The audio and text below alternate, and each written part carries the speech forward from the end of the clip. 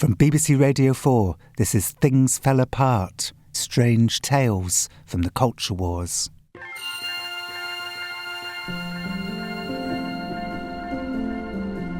I'm Jon Ronson, a writer living in America, the land where culture wars begin. And by culture wars, I mean almost everything that people yell at each other about on social media. We want to take masks off our children. That should be our choice.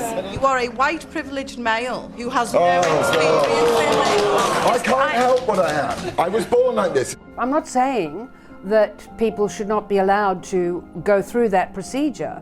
What I'm saying is it doesn't make them a woman. It happens to be an opinion. These wars can obsess us.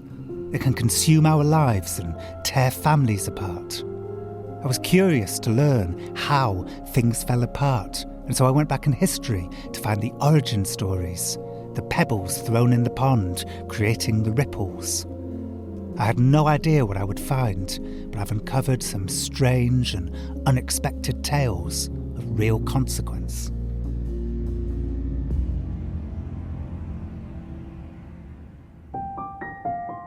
This story is about a rare watershed moment of harmony in a brutal culture war. I want to tell you, there's a lot of Christians here who love you and who wouldn't be afraid to put their arm around you and tell you that we love you and that we care.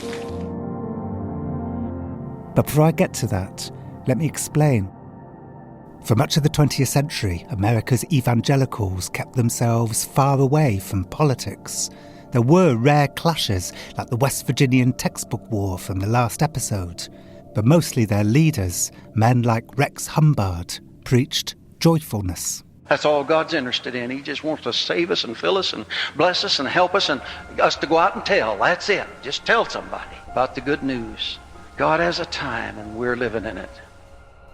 But then, in the late 70s, came Francis Schaeffer, the art historian from episode 1, with his message that Christians should fulfill their moral obligation to fight for the dominance of their values.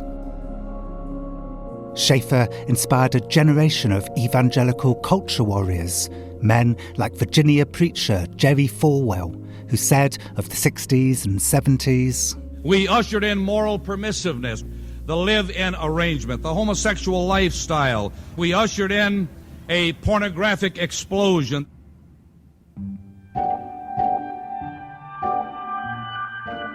Falwell's politicisation by Francis Schaeffer happened to coincide with a great new breakthrough in communication technology, satellite TV. Televised evangelism has become America's newest growth industry. There is High Adventure, an evangelical talk show, and from Lynchburg, Virginia, the Reverend Jerry Falwell's Old Time Gospel Hour. The expansion of the electric church has been phenomenal.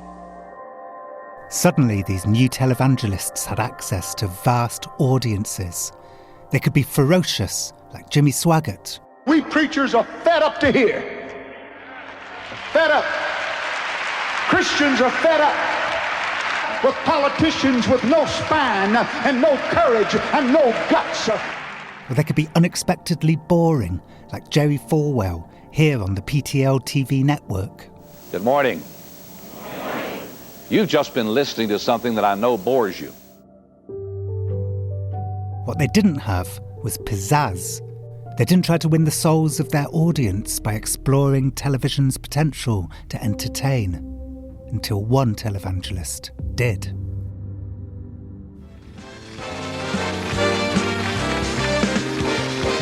Her name was Tammy Faye Baker, and this is the story of one day in Tammy's life, the day she met a man named Steve Peters. Hello, everyone, and come on in. It's just so nice to have you here with us. Right here on my right, I have a young man named Steve Peters, and I'd like to introduce you to Steve. We'll be right back after this break to talk to Steve. Tammy and Steve are going to talk when we come back. Tammy's encounter with Steve Peters, odd and awkward and very surprising, might be among the most remarkable moments in 80s television. It arguably even helped harmoniously end a brutal culture war.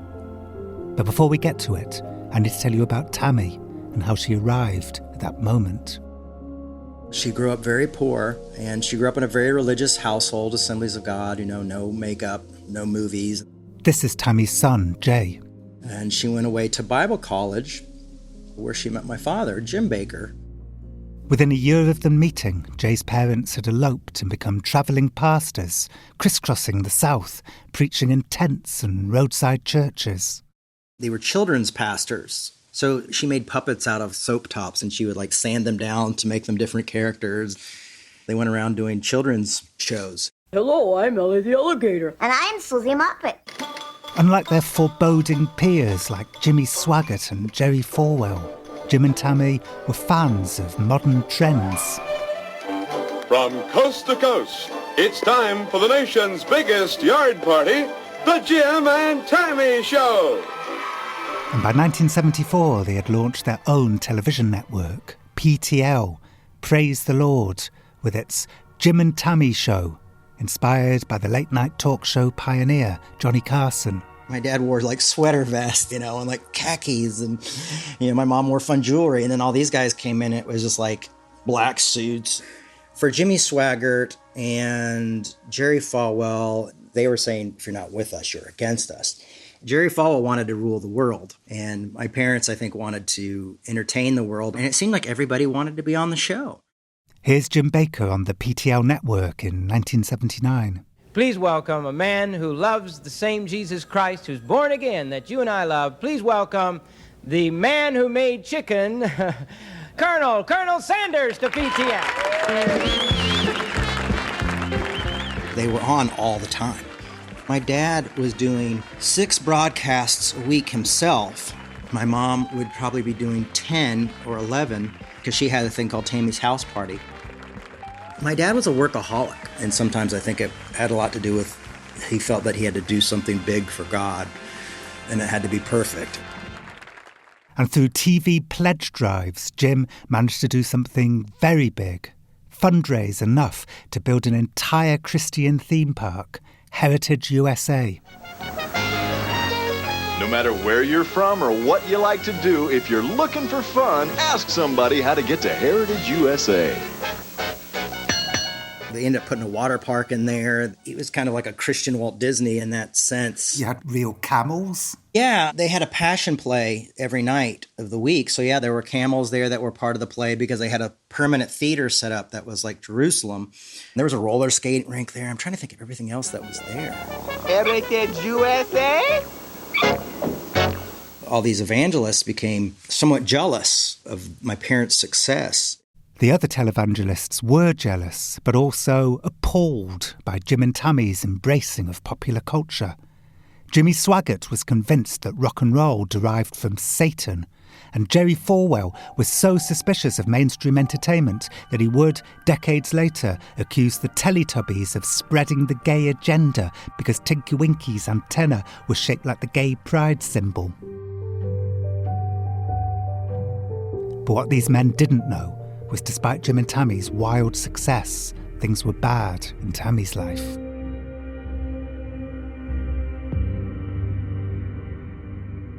Panic attacks, depression. She really struggled with prescription medications. There was a lot of darkness and struggles. Hi, Tammy Faye. Hi, Jim Baker. You're hoarse. I know. I don't know what's wrong with me. Are you going to be able to sing today? I think so. Oh. She gets a little nervous when I'm not here, see? That's right. I do. It's true, and that's why she gets hoarse. It's just the stress. Yeah, it's just psychological. She needs me. That's right. See?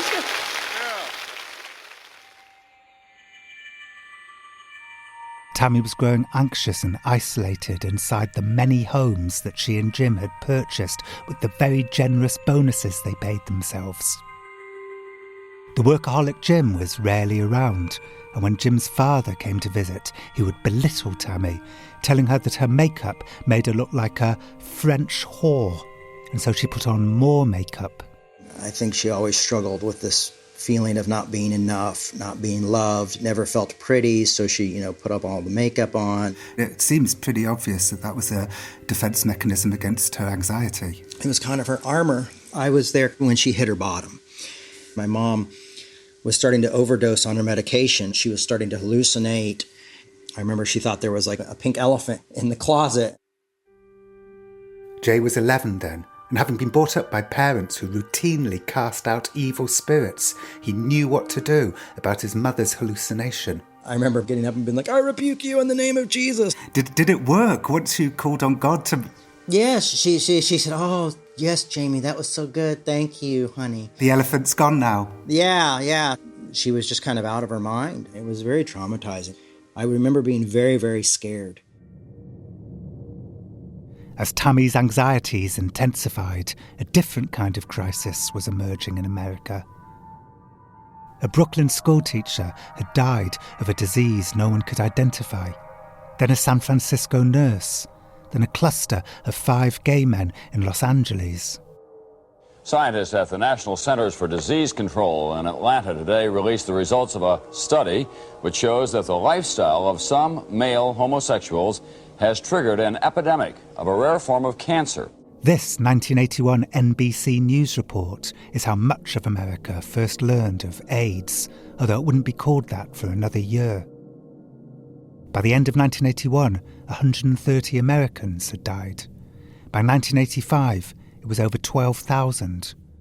But Tammy's fellow televangelists were doing all they could to make the world turn their backs.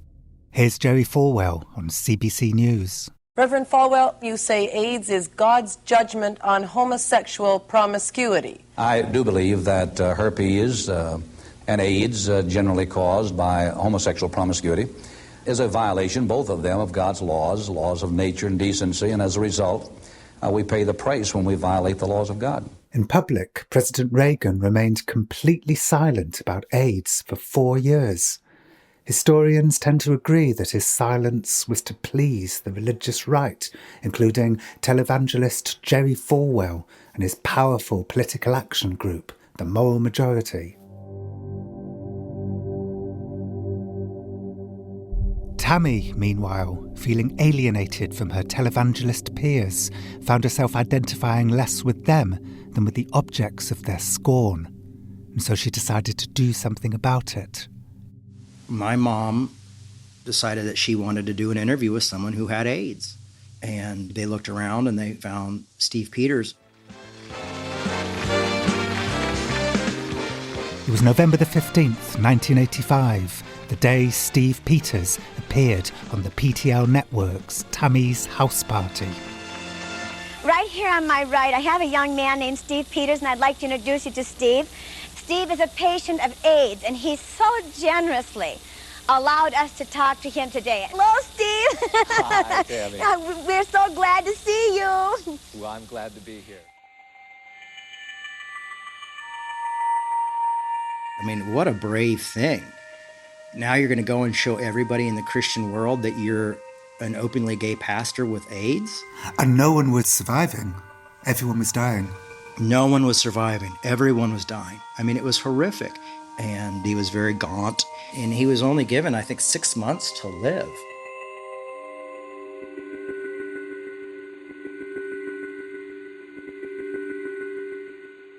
Hi, I'm the Reverend Steve Peters. And you're alive. Yes, I am indeed alive. This is 2021, and I am very healthy and alive, yes. So now we know what brought Tammy to this moment.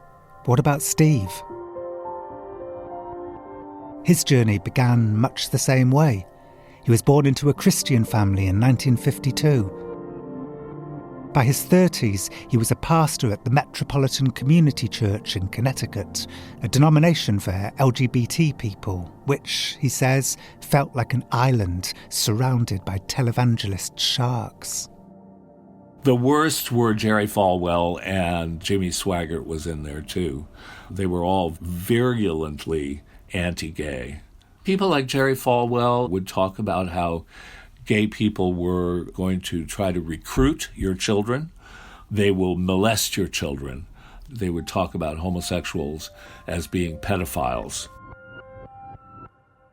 When did you first know that you were sick?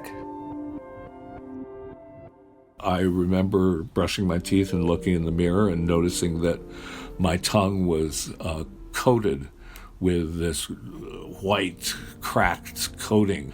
And it really alarmed me because I'd read not long before that about this new disease that was being seen among gay men. This was 82. And over the next year or so, I was housebound with hepatitis, cytomegalovirus, pneumonia, mononucleosis, herpes, shingles, and I became weaker and weaker. And I was diagnosed in April of 84 with full-blown AIDS. I was sleeping 22 hours a day, and I was very thin and couldn't eat and looked like I was about to die. So they got me into the hospital, and after I had a near-death experience, they were able to revive me. And that was 2 weeks before the Tammy Faye interview. After the hospital revived Steve, they put him on a treatment that had some positive effect, and so they sent him home. And that's when Steve learnt that Tammy's producers had been in touch, asking for an interview. And I said, sure. You weren't trepidatious? No, I thought it would be a great opportunity to reach an audience that most of us LGBT people had never been able to reach. I did insist that it go out live because I didn't want them editing what I had to say. And they sent me 2 first-class plane tickets to fly to Charlotte, North Carolina. But as my friend Nancy and I were headed out the door to go to the airport, Tammy's producer called again and said, Tammy is sick, and so she's canceling today's show. But that turned out to be a lie. Tammy wasn't sick. I later learned that they were afraid that I would not be treated well at Heritage Village, USA, that the camera crew might not work if I came into the studio. Tammy was in a bind. How could she surmount her camera crew's fears? And then they hit on a solution, which Tammy announced to her viewers with another lie. Steve was going to come to Charlotte, North Carolina to be on our program here, but he is presently taking chemotherapy, and I was afraid the trip would be too hard on him. And so we have a satellite hookup live from L.A. Any guilt Tammy might have felt about telling this lie seems to have been swept away by the drama of the day. This was a big experiment for them. It was the first time they'd ever done a live satellite hookup.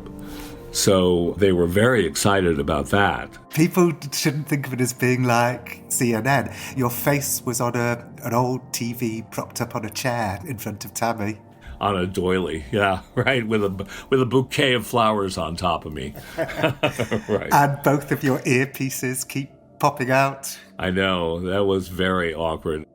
This is an emotional interview for me. I just met Steve, and it's like meeting him in person.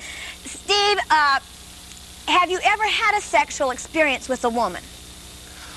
Well, no, I've how do I put this delicately? I've necked with a woman, but no, I have not had a sexual experience with a woman. Do you think maybe you just haven't given women a fair try?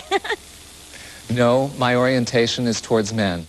It was a little frustrating because I had not been told that she wanted to talk to me about being gay. I had understood that it was to be all about having AIDS. And when she started in on maybe I just hadn't given women a fair chance, it kind of threw me. But I've often been asked by people who've seen it, those were pretty stupid questions, weren't they?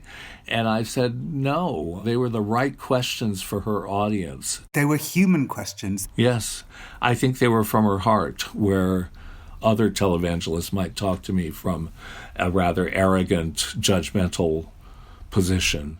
Now, when you found out, Steve, that you had AIDS, what was your first thought? I mean, was it that you're going to beat it? We've not heard of anybody being cured yet. Right. And I know that I will die someday, and very likely from AIDS. But right now, I have experienced the repression of the AIDS virus in my system, and I believe that God is healing me every day. Have any of your close friends died with AIDS, Steve? Yes, they have. And you know that's got to do something to you when that happens. It does. I suppose the interview starts to feel really extraordinary when she's asking you if you feel that people are uncomfortable around you at parties and so on. I know you must feel lonely sometimes because with people not being well informed on AIDS, everyone is so terribly frightened of it, you know. Have you found this to be true, that people want to stay away and they're afraid to come up to you in the same room or breathe the same air you breathe? Yes, Tammy, that happens. I was asked not to use the bathroom in one person's home. I remember going to a party once where every time I finished my soft drink, the host took the glass into the open kitchen and steam cleaned it every single time. I've been served on paper plates a lot in the last year and a half. And yes, people are scared. When she starts talking to me about AIDS and what it's like to have AIDS and whether people are afraid of me or not, it did feel very human, and I felt like we were really connecting. How sad that we as Christians, who are to be the salt of the earth, we who are supposed to be able to love everyone, are afraid so badly of an AIDS patient that we will not go up and put our arm around them and tell them that we care. Yes. If there would have been any way, you know, I know you were sick, and that's the only reason we didn't have you come and sit in the studio next to us today, because you have your chemotherapy treatments. But I want to tell you, there's a lot of Christians here who love you and who wouldn't be afraid to put their arm around you and tell you that we love you and that we care. Thank you, Tammy. God bless you for saying that. God bless you, Stephen. Thank you very much for a very eye-opening interview. We'll be right back after this message. Talk to more special people. I remember after the interview was done, I immediately felt like, oh my God, I didn't do very well. I got flustered. If only I'd said this, you know, I remember thinking, well, you know, at least nobody will ever see it except for the people who, you know, watch her live. I wouldn't know anybody who had seen it. And so I thought at least it'll fade into history and nothing will come of it. Tammy's son Jay says he remembers that day very well. I guess I was probably 9 or 10 years old when that interview happened, and I knew she was doing something radical, and I remember being very impressed. So you remember there being like a mood in the air with that interview, that this was different to a normal day at Tammy's house party? Yeah. Well, because Tammy's house party was kind of like, oh, that's Tammy's little thing over there. Isn't it cute? She has her fun little show. And everything, all of a sudden, that cute atmosphere around it was very serious. I think the Assemblies of God was very angry at her, my parents' denomination, but she just didn't give a damn. Steve got home, forgot about the interview. Some months passed, and then it was time for his church's annual conference, introduced by its founder, Troy Perry. Troy Perry opened the conference by showing my interview with Tammy Faye. I put my face in my hands and I thought, oh no, he's going to embarrass me in front of all these people. People started giggling as soon as the interview began. You know, they were like, oh my God, that's Steve. We know Steve. And he's talking to Tammy Faye. Oh my God. And then as the interview went on, silence overtook the audience. People were hanging on every word.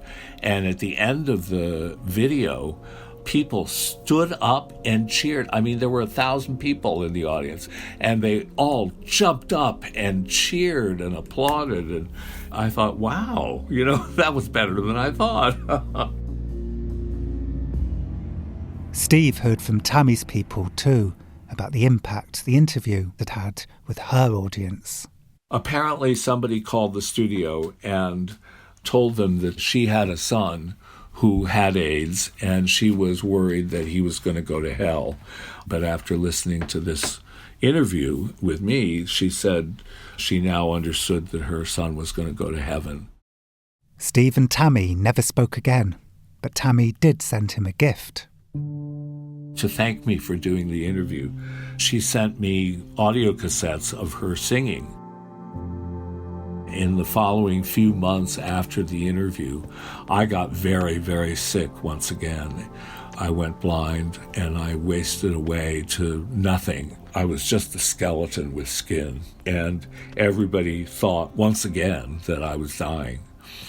And she had sent me this album that was called Don't Give Up on the Brink of a Miracle, with the song, Don't give up on the brink of a miracle. Don't give in, God is still on the throne. Don't give up on the brink of a miracle. Don't give up, remember you're not alone. And that inspired me so much, and I would sing along with her over and over again, and I did get a miracle. I recovered my eyesight, and I gained weight again, and I got my miracle. I was blind, and now I see. Amazing grace. I'm not a religious person, but there's a part of me that just wonders whether maybe being a religious person might have helped. Well, I don't know. I know a lot of people had greater faith than I did that they could survive, and they didn't survive. I think a lot of other people who had more to offer than I didn't survive, so that kind of throws a kink in the works. My doctor told me that, if there's a 1 in a million chance that somebody's going to survive this, why not believe that you're that 1 in a million and act accordingly? And so I set out to do everything I could to create the conditions for healing in my body. Vitamins, nutrition, laughter therapy, and singing therapy. And I just knew that if I held that note as long as Judy Garland did, that I would somehow survive this. And are you 1 in a million? Are you one of the very earliest survivors? Yes. Sadly, I am. There may very well be others who have survived full-blown AIDS since 1982, but I don't know of any myself, personally. Wow. So I am 1 in a million, I guess you could say. Yeah.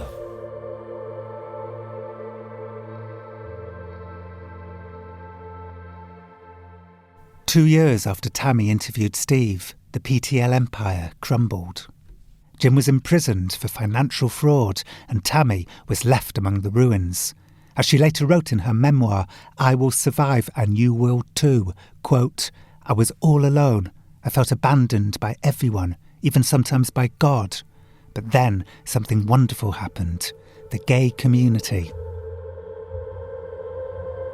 Jay has told me that interview with me changed his family, and she began taking Jay to hospices and hospitals to visit people with AIDS and to gay pride parades. And I know that a lot of LGBT people just loved Tammy Bakker because she became an icon in the gay community of this loving, eccentric person.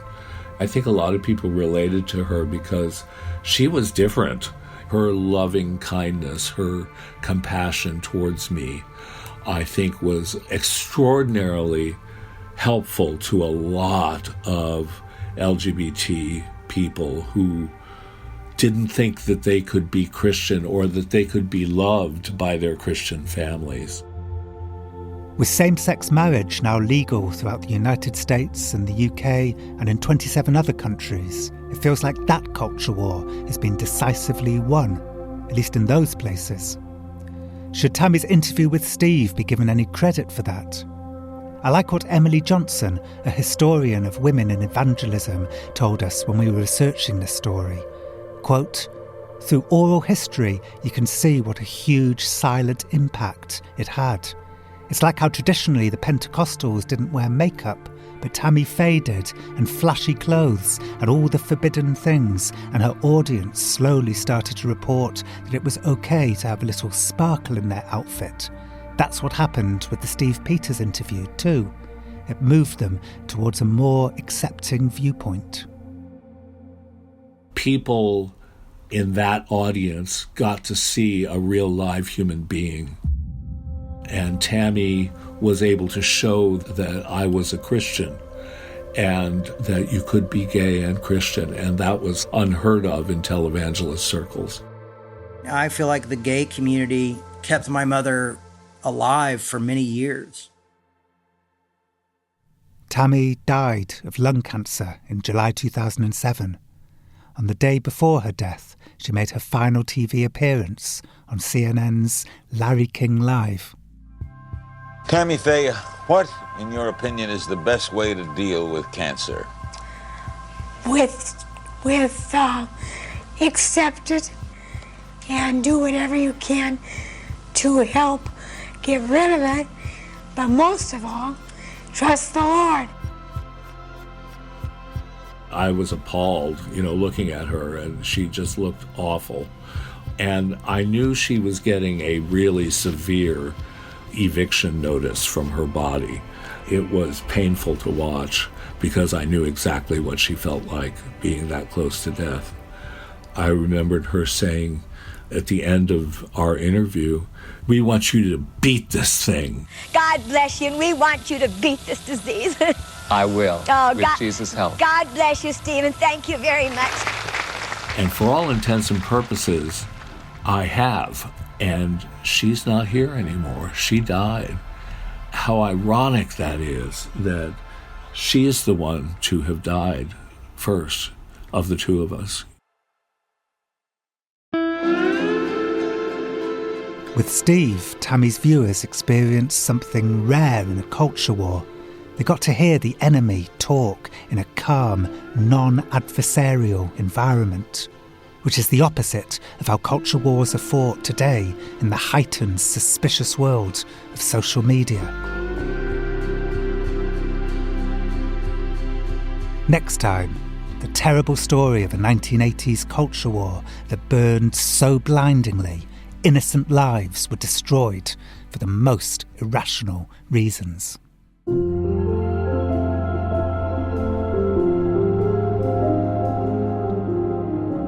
Things Fell Apart was presented by me, Jon Ronson, and produced by Sarah Shebia. The music was by Phil Channel. The programme was mixed by Bob Nettles. The editor was Philip Sellers. It's a BBC audio production for BBC Radio 4 and BBC Sounds.